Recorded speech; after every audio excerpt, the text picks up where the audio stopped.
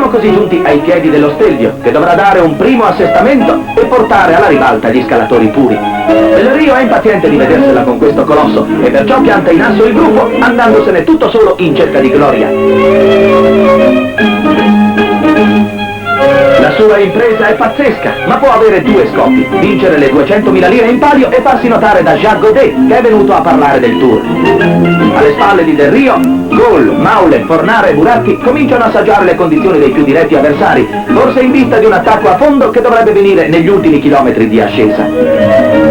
Il portacolori della Ignis intanto sta vivendo la sua avventura. La pedalata si è fatta stanca, il ritmo si è affievolito, ma egli resiste ancora alla controffensiva di Gaulle e Bahamontes, che prendendo spunto da una mossa di Graf hanno lanciato il loro guanto di sfida alla maglia rosa. Il freddo e il vento rendono durissima la scalata e per questo motivo è degna di ogni elogio la prodezza del fuggitivo.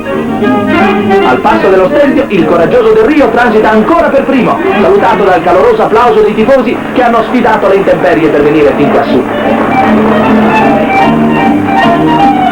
A poco più di un minuto transitano Gaulle e Bahamontes, che si sono liberati dai loro angeli custodi. Fornara è a 1 primo e 55 secondi, Magni a 4 primi e 30 secondi.